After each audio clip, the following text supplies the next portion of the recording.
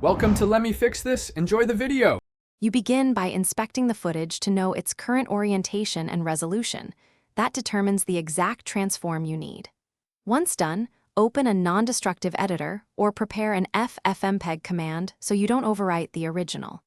Make sure to decide whether you want to rotate or reframe. That choice affects scaling and cropping. You're starting in the simplest place. Identify orientation, pick your tool, and set the intended output dimensions so subsequent steps are precise. Now you perform the core transform.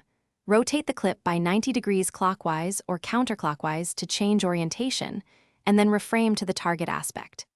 If converting vertical into horizontal, either scale up and crop the center or add pillar boxes to avoid distortion. Choose based on visual priority. Once rotated, scrub the timeline and use keyframes to track and reposition moving subjects so important content stays visible. Make sure to maintain pixel aspect and avoid stretching. Finish by exporting using your chosen codec and exact output resolution so the orientation change is preserved in delivery.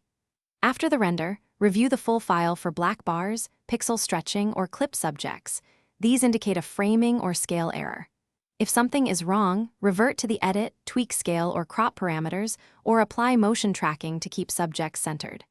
One quick troubleshooting tip: if the image looks soft, re-export at the original source bitrate to avoid compression artifacts.